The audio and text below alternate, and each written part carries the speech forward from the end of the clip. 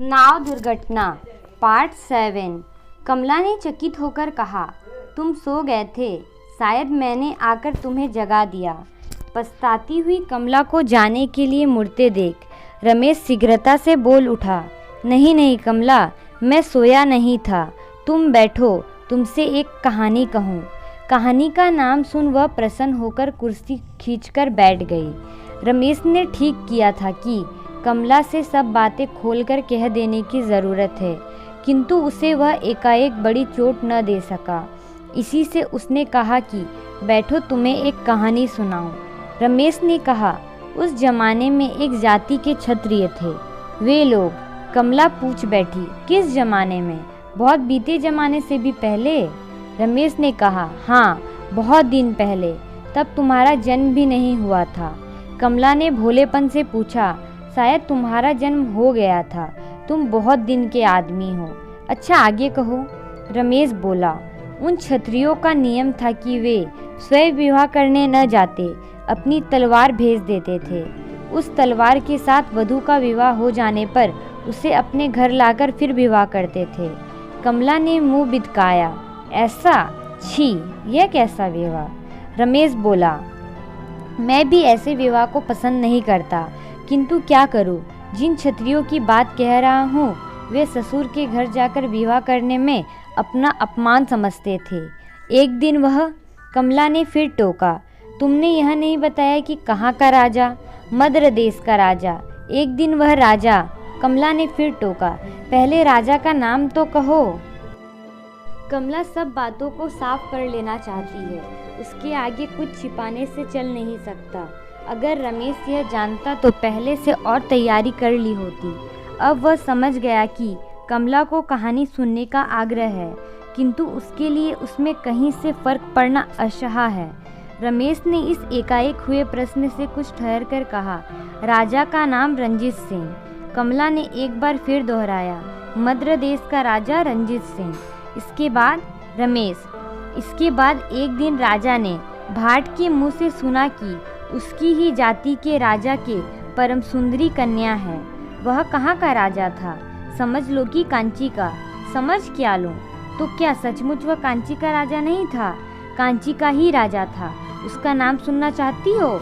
अमर सिंह। और उसकी लड़की का नाम नहीं कहा? वही परम सुंदरी कन्या। हाँ हाँ, भूल हो गई, उस लड़की का नाम था चंदा।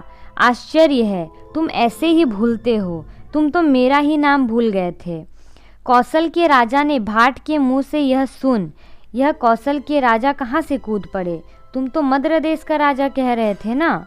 तो क्या तुम समझती हो कि वह एक ही जगह का राजा था? वह कौशल का भी राजा था और मद्र देश का भी राजा था। दोनों राज्य शायद पास ही पास थे, बिल्कुल सटे हुए। इस प्रकार बार बार भूल करते हुए और सतर्क कमला के प्रश्न की सहायता से इन भूलों का किसी तरह संशोधन करते हुए रमेश इस प्रकार एक कहानी सुना गया। मद्र राज रंजीत सिंह ने कांची के राजा के पास राजकन्या के विवाह का प्रस्ताव लेकर दूत भेजा। कांची के राजा अमर सिंह खुशी खुशी राजी हो गए। तब रंजीत सिंह ने अपने छोटे भाई इंद्रजीत को सिंह सैन्य सामंत के साथ निशान उड़ाते, गाड़ा नगाड़ा और दुदुबी बजाते कांची के राजा के बगीचे में जाकर तंबू लगा दिया। कांची नगरी में उत्सव की धूम मच गई। राजा के ज्योतिषियों ने गणना कर शुभ दिन और क्षण स्थिर कर दिया। कृष्ण पक्ष की द्वादशी तिथि में रात 2:30 पहर के बाद लग्न है। रात में नगर में घर घर फूलों की मालाएं लटकाई गई और दीपमालाएं जगमगा उठी। आज रात में राजकुमारी चंदा का विवाह है, किंतु राजकुमारी चंदा को यह खबर नहीं कि किसके साथ उसका विवाह है। उसके जन्म के समय परमहंस परमानंद स्वामी ने राजा से कहा था कि तुम्हारी इस कन्या पर अशुभ ग्रहों की दृष्टि है। विवाह के समय किसी तरह कन्या अपने पति का नाम जानने न पाए। यथा समय तलवार के साथ राजकन्या का गठबंधन हो गया। इंद्रजीत सिंह ने देह सामने रख अपनी भौजाई को प्रणाम किया। मद्र राज्य के रंजीत और इंद्रजीत दोनों ही दूसरे राम लक्ष्मण थे। इंद्रजीत ने आर्या चंदा के घूंघट की ओट में उसके लज्जारूण मुंह की ओर नहीं देखा। उन्होंने केवल उसके सुकुमार चरणों की महावर भर देखी। रीति के मुताबिक विवाह के दूसरे दिन मोतियों की माला और झालर लटकी पालकी पर बहू को ले इंद्रजीत अपने देश को चले। अशुभ ग्रह याद आ जाने से संकित हृदय कांची राजा ने कन्या के माथे पर दाहिना हाथ रख आशीर्वाद दिया। माता कन्या का मुंह चूम चूम आंसुओं की धारा रोक न सकी। देव मंदिर में हजारों पंडित स्ववितवाचन में नियुक्त हुए। कांची से मद्र बहुत दूर, प्राय 1 महीने की राह है। दूसरी रात को जब बतसा नदी के किनारे छावनी डाल इंद्रजीत दल बल के साथ यात्रा करने की तैयारी कर रहे थे, तब वन के भीतर कुछ मसालों की रोशनी दिखाई दी। समाचार जानने के लिए इंद्रजीत ने सैन्य के आदमियों को भेजा। सैनिक ने आकर कहा, कुमार, वे भी एक विवाह की रस्म पूरी कर बहू को पति के घर ले जा रहे हैं। राह में अनेक विघ्नों का भय है, इससे ये लोग कुमार से शरण की प्रार्थना करते हैं। आज्ञा होगी तो कुछ दूर तक वे लोग हमारे आश्रय में यात्रा करेंगे। कुमार इंद्रजीत ने कहा, शरण में आए को आश्रय देना हमारा धर्म है। यत्न के साथ इन लोगों की रक्षा करो। इस तरह दोनों छावनी एक साथ पड़ गई। तीसरी रात अमावस्या थी। सामने छोटे छोटे पहाड़ और पीछे जंगल। थके हुए सिपाही झिल्ली की झंकार और समीप के झरने की कलकल ध्वनि में गहरी नींद लेने लगे। इसी समय एकाएक कोलाहल सुन सब लोगों ने जाकर देखा कि मद्र छावनी के घोड़े पागलों की तरह इधर उधर दौड़ रहे हैं। किसी ने उनकी रस्सी काट दी। बीच बीच में किसी तंबू में आग लगी हुई है। उसकी रोशनी से अमावस की रात लाल हो उठी है। समझ में आया कि डाकुओं ने आक्रमण किया है। मार काट होने लगी। अंधकार में शत्रु मित्र का पहचानना कठिन हो गया। सब प्रबंध बिगड़ गया। इस योग में डाकू लूटपाट कर जंगल पहाड़ों में गायब हो गए। युद्ध के बाद राजकुमारी दिखाई न दी। वह मारे भय के अपनी छावनी से बाहर निकल गई थी और एक दल के आदमियों को भागते देख अपने दुल्हा का आदमी समझ वह उन्हीं के साथ मिल गई। वह दल दूसरे विवाह वालों का था। इस झमेले में डाकू लोग उसकी पुत्र वधू को हरण कर ले गए। राजकन्या चंद्रा को वे लोग अपनी बहू समझ तेजी से कदम बढ़ाते अपने देश की ओर चल पड़े। वे सब दरिद्र क्षत्रिय थे। कलिंग के समुद्र के किनारे इन लोगों का निवास था। वहाँ राजकन्या के साथ दूसरी ओर के वर का मिलन हुआ। वर का नाम चेत सिंह था। चेत सिंह की माँ ने आकर बहू को वरण किया। वह बहू को घर में ले गई। अपने सगे संबंधी सभी ने कहा, आहा, ऐसा रूप तो देखने में नहीं आता। मुग्ध चेत सिंह ने नई बहू को घर की कल्याण लक्ष्मी समझ मन ही मन उसकी पूजा करने लगे। राजकन्या भी सती धर्म की मर्यादा जानती थी। उसने चेत सिंह को अपने पति समझ उसके लिए मन ही मन अपने जीवन को न्यौछावर कर दिया। नए विवाह की लज्जा करते कुछ दिन लगे। जब लज्जा दूर हुई तब बातों ही बातों में चेत सिंह को मालूम हुआ कि जिसे वह बधू समझकर घर ले आया है वह तो राजकुमारी चंद्रा है। कमला ने सांस रोककर कहा। बहुत ही आग्रह के साथ पूछा, इसके आगे? रमेश ने कहा, बस मैं यही तक जानता हूँ, इसके आगे नहीं जानता। तुम ही बताओ आगे क्या होना चाहिए। कमला ने जिद की, नहीं नहीं, यह नहीं होगा। इसके आगे क्या हुआ वह मुझसे कहो। रमेश बोला, मैं सच कहता हूँ, जिस किताब में मैंने यह कहानी पढ़ी है वह अभी पूरी तरह से प्रकाशित नहीं हुई। मालूम नहीं कि आखिरी अध्याय कब समाप्त होगा। कमला ने बहुत क्रोध कर कहा, जाओ, तुम बड़े पाजी हो, यह तुम्हारा बड़ा अन्याय है। रमेश ने कहा, तुम उन पर नाराज़ हो जो किताब लिख रहे हैं। तुमसे मैं केवल इतना ही पूछता हूँ कि चंदा के साथ चेत सिंह अब कैसा व्यवहार करेगा। कमला नदी की ओर देखकर कुछ सोचने लगी। बहुत देर बाद उसने कहा, मैं नहीं जानती कि वह कैसा व्यवहार करेगा। मेरी समझ में तो कुछ आता ही नहीं। रमेश ने कुछ देर चुप रहकर कहा, क्या चेत सिंह चंद्रा से सब बातें खोलकर कहेगा? कमला ने कहा, तुम ठीक तरह से कहानी न कहकर जान पड़ता है सब गोलमाल कर रखोगे। यह तो बहुत ही बुरा जान पड़ता है। सच बातें साफ साफ होनी चाहिए। रमेश ने हाँ में हाँ मिलाकर कहा, यह तो होनी ही चाहिए। कुछ देर ठहर कर फिर रमेश ने कहा, अच्छा कमला, यदि? कमला ने पूछा, यदि क्या? रमेश बोला, समझ लो कि मैं यदि सचमुच चेत सिंह हूँ और तुम यदि चंदा हो। कमला बोल बैठी, तुम ऐसी बातें मुझसे न कहो, सच कहती हूँ, मुझे यह अच्छा नहीं लगता। रमेश बेचैनी से पहलू बदलकर बोला, नहीं, तुम्हें कुछ कहना ही पड़ेगा। यदि ऐसा हो तो तुम्हारा क्या कर्तव्य है और मेरा क्या कर्तव्य है? कमला इस बात का कोई जवाब न दे कुर्सी छोड़कर तेजी के साथ चली गई। उसने देखा कि उमेश कमरे में बैठकर चुपचाप नदी की ओर देख रहा है। उसने पूछा, तूने कभी भूत देखा है? उमेश ने कहा, देखा है माँ। यह सुनते ही कमला समीप ही रखे बेत के एक मोड़े को खींच उस पर बैठ गई और पूछा, कैसे भूत देखा है, बता? कमला के नाराज हो चली जाने पर रमेश ने उसे फिर नहीं बुलाया। चंद्रमा का टुकड़ा उसकी आंखों के सामने घने बांस के जंगल की ओट में अदृश्य हो गया। डेक के ऊपर की रोशनी बुझाकर खलासी लोग स्टीमर के नीचे के तले में भोजन और विश्राम के लिए चले गए थे। पहले और दूसरे दर्जे में कोई यात्री नहीं था। तीसरी श्रेणी के अधिकांश यात्री भोजनादि बनाने के लिए पानी में बहाकर रेती में उतर गए थे। किनारे अंधकारपुर झाड़ झंकाड़ों के बीच से समीप के बाजार की रोशनी दिखाई दे रही थी। भरी हुई नदी तेज धार से लंगर के लोहे से सिकड़ को धनकारती हुई बही चली जा रही थी और रह रहकर गंगा की सफ़ेद धारा स्टीमर को कंपायमान कर रही थी।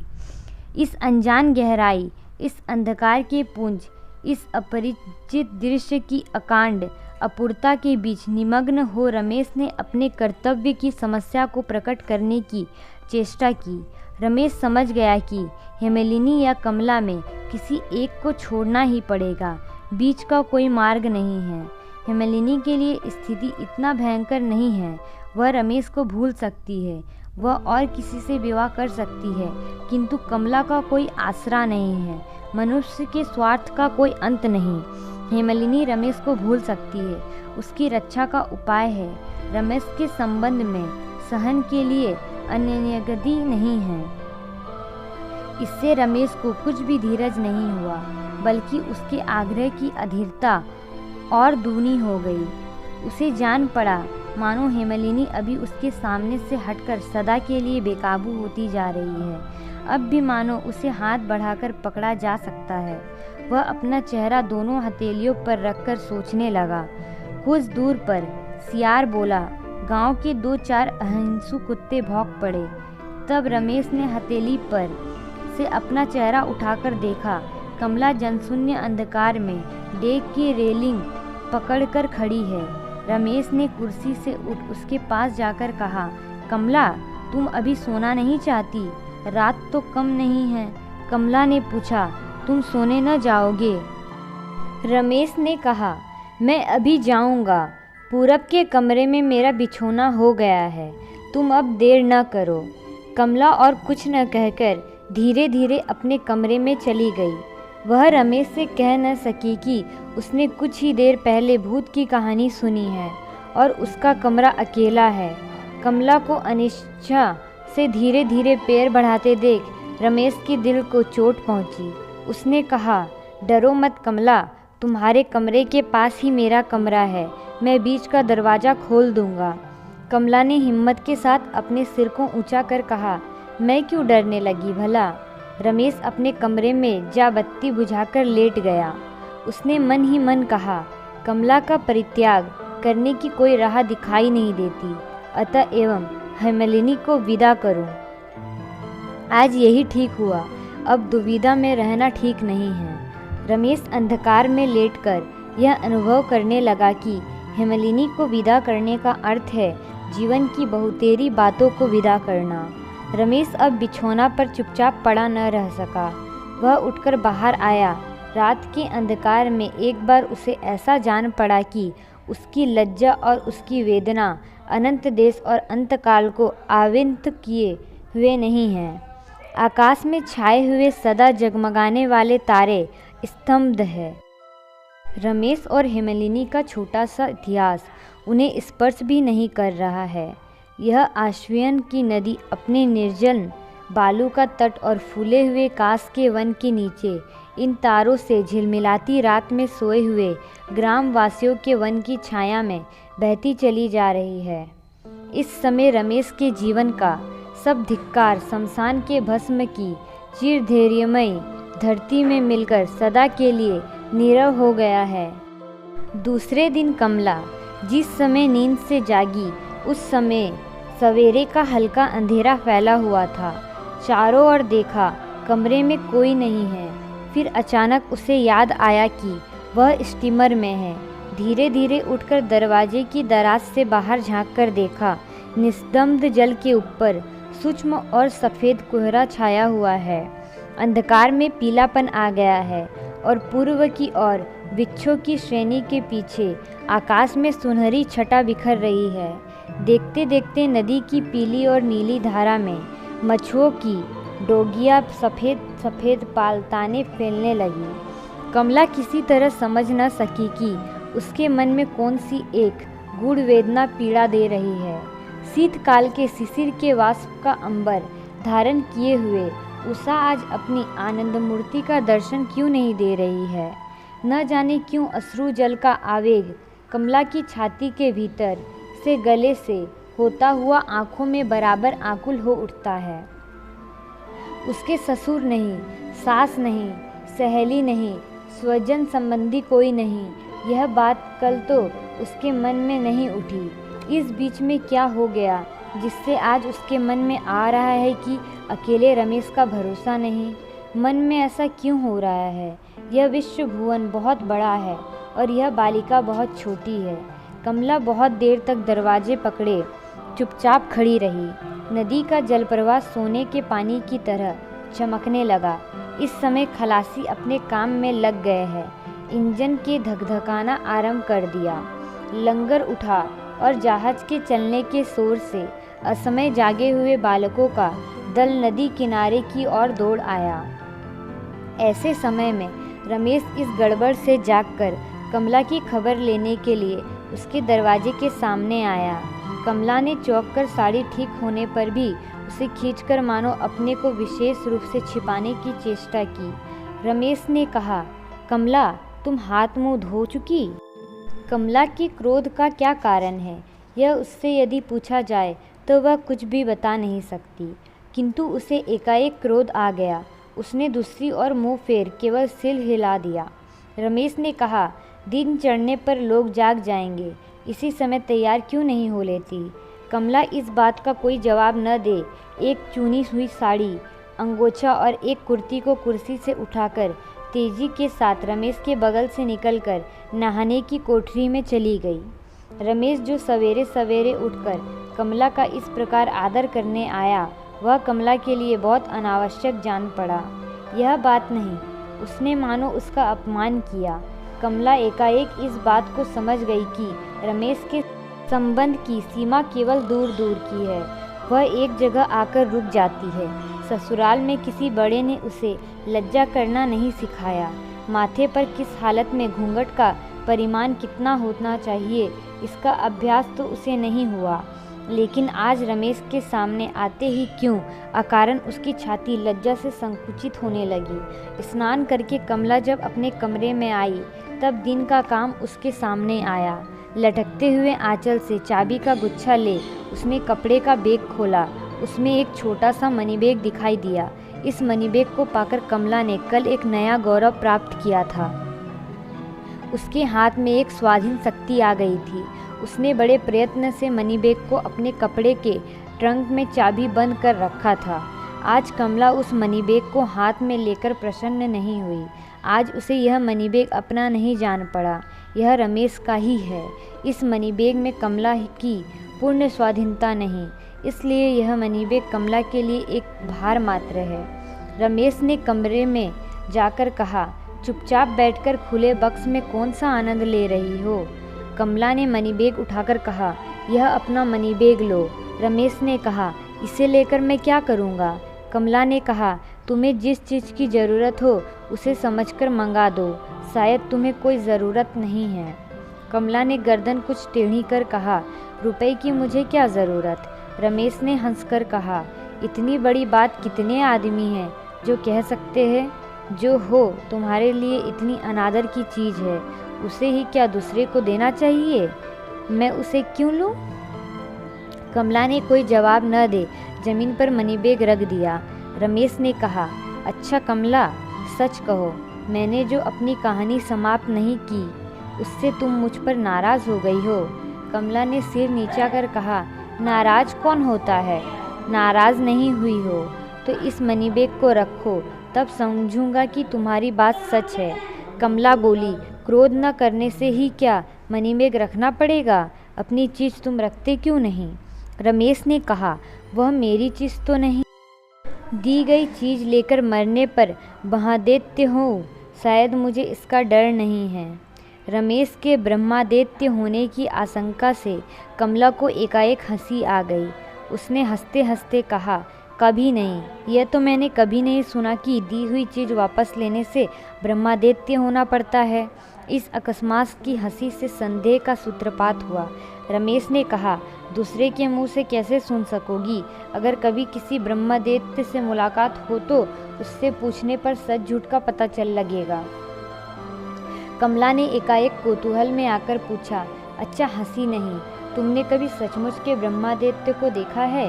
रमेश ने कहा, सचमुच का नहीं, लेकिन ऐसे अनेक ब्रह्मदैत्यों को देखा है। बिल्कुल सच्ची चीज़ संसार में दुर्लभ है। कमला ने कहा, क्यों, उमेश तो कहता था। रमेश ने चौंक कर पूछा, उमेश कौन है। कमला बोली, वह यही लड़का जो हम लोगों के साथ रह रहा है, उसने खुद ब्रह्मदैत्य देखा है। रमेश ने कहा, यह बात मुझे स्वीकार करनी ही पड़ेगी कि इन सब बातों में मैं रमेश की बराबरी का नहीं हूँ। इस बीच बड़ी मेहनत से खलासियों के दल ने स्टीमर को तैराकर छोड़ दिया था। जहाज कुछ ही दूर गया होगा।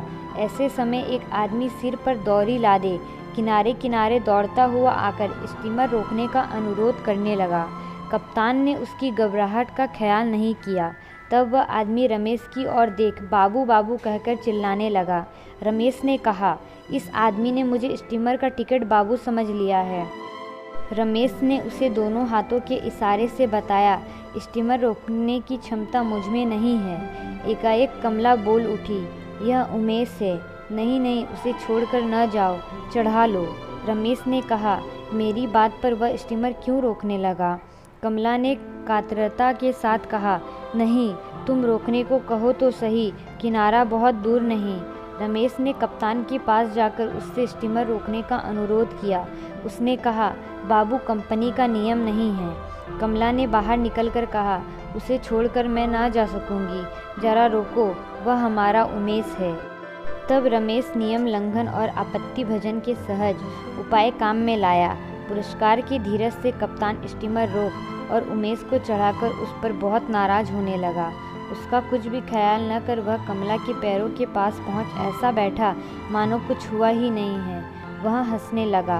तब तक कमला के मन का क्षोभ मिटा न था। उसने कहा, हंस रहा है, अगर वह स्टीमर न रोकता तो तेरा क्या हाल होता। उमेश ने इसका कोई जवाब न दे दौरी खोल दी।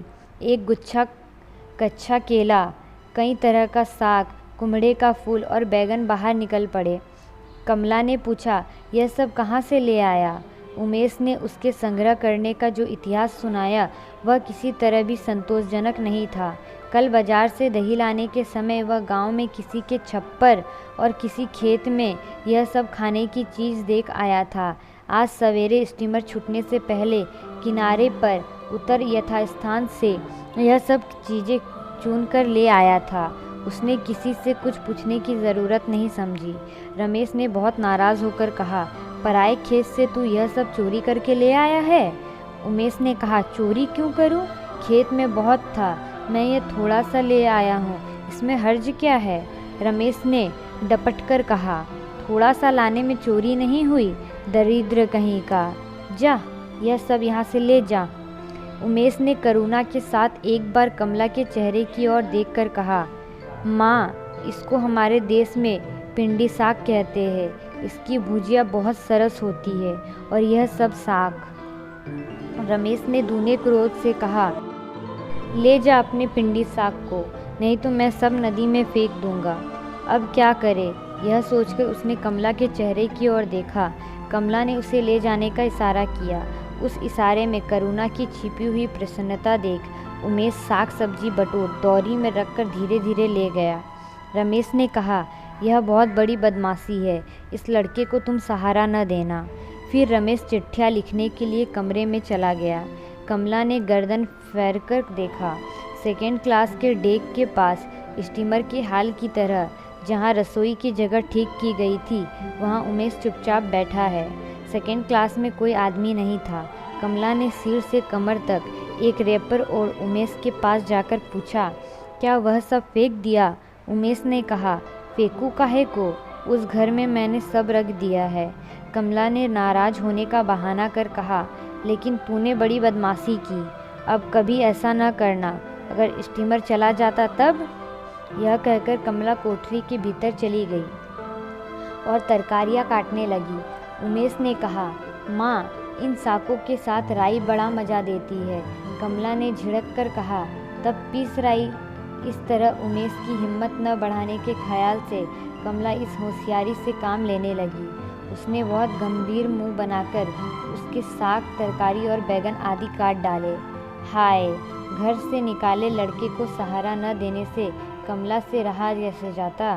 साग चुराना कितना खराब काम है, इसे कमला ठीक तरह से समझी नहीं, किंतु निराश्रय लड़के की लालसा कितनी बड़ी है उसे वह समझती है। कमला को थोड़ा खुश करने के लिए यह दरिद्री लड़का कल से इन साकों को चुराने की कोशिश में लगा था। ज़रा देर होने से ही स्टीमर उससे छूट जाता, इसकी करुणा कमला को जरूर आई। कमला ने कहा, उमेश, तेरे लिए कल का कुछ दही रखा है, आज तुझे फिर दही खिलाऊं, लेकिन खबरदार ऐसा काम अब कभी न करना।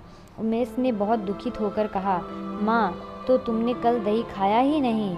कमला ने कहा, तेरी तरह मुझे दही का लालच नहीं है। किंतु उमेश, सब कुछ हुआ, मछली का क्या होगा? बिना मछली के बाबू कैसे खाएंगे? उमेश, मछली का इंतजाम हो सकता है माँ, किंतु बिना पैसे के कैसे होगा? कमला फिर शासन करने लगी। उसने अपनी सुंदर भुओं की टेढ़ी करने की चेष्टा कर कहा, तेरे जैसा बेवकूफ़ मैंने नहीं देखा। मैंने तुझे कब बिना पैसे चीज़ें लाने को कहा है? कल से उमेश के मन में न जाने कैसा ख्याल जम गया है कि कमला रमेश से पैसा लेने में हिचकिचाती है। इसके अलावा रमेश को यह सब अच्छा भी नहीं लगता। इसी से रमेश का आसरा छोड़ केवल वह और कमला दोनों निरूपान मिलकर किस उपाय से गृहस्थी चला सकते हैं, इसका कुछ उपाय उसने मन ही मन सोच रखा था। साग, बैगन और कच्चे केले के लिए तो वह निश्चिंत हो चुका था, लेकिन मछली के लिए अभी तक उसे कोई युक्ति नहीं सूझी। संसार में निस्वार्थ भक्ति के बल से मामूली दही और मछली जुटाई नहीं जा सकती, इन सब के लिए पैसा चाहिए। इसलिए कमला के अंकिचन भक्त बालक के लिए संसार में सहज स्थान नहीं। उमेश ने कुछ कातर होकर कहा, माँ, अगर बाबू से कहकर किसी तरह 5 पैसे का ठिकाना कर सको तो मैं एक बड़ी सी रोहू मछली ला सकता हूँ। कमला ने घबराकर कहा, नहीं नहीं, अब मैं तुझे स्टीमर से उतरने न दूंगी। जब तू रेती में जा पड़ेगा तो तुझे कोई न चढ़ाएगा। उमेश ने कहा, किनारे क्यों उतरने जाऊं?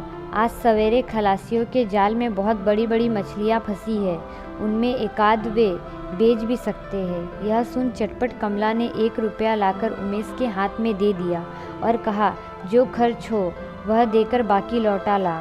उमेश मछली ले आया, किंतु कुछ लौटा कर नहीं लाया। कहा, रुपए से कम किसी तरह मानता ही नहीं था। कमला समझ गई कि यह सच नहीं बोल रहा है। उसने कुछ हंसकर कहा, अब स्टीमर ठहरे तो रुपए भुना के रखना होगा। उमेश ने गंभीर मुंह बनाकर कहा, यह बहुत ज़रूरी है, समूचा रुपया बाहर निकालने से फिर लौटना कठिन है। भोजन करते समय रमेश ने कहा, बहुत अच्छा बना है, किंतु यह सब तुमने मंगाया कहाँ से? यह तो रोहू का सिर है।